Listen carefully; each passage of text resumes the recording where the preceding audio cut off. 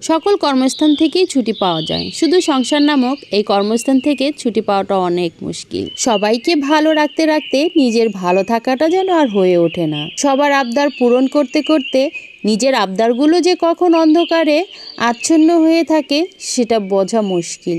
দিন শেষে কিন্তু একটাই চাওয়া, সবাই যাতে ভালো থাকে, সবাই ভালো আছে, সুস্থ আছে, সেটা দেখলেই কিন্তু সকল ক্লান্তি দূর হয়ে যায়। আপনাদের সাথে কথা বলতে বলতে কিন্তু আমি দুপুরের আয়োজনটাও করে নিয়েছি। যেহেতু গত 2 দিন পোলাও, মাংস এগুলো রান্না করা হয়েছে, তাই আজকে একটু সবজি রান্না করে নিলাম।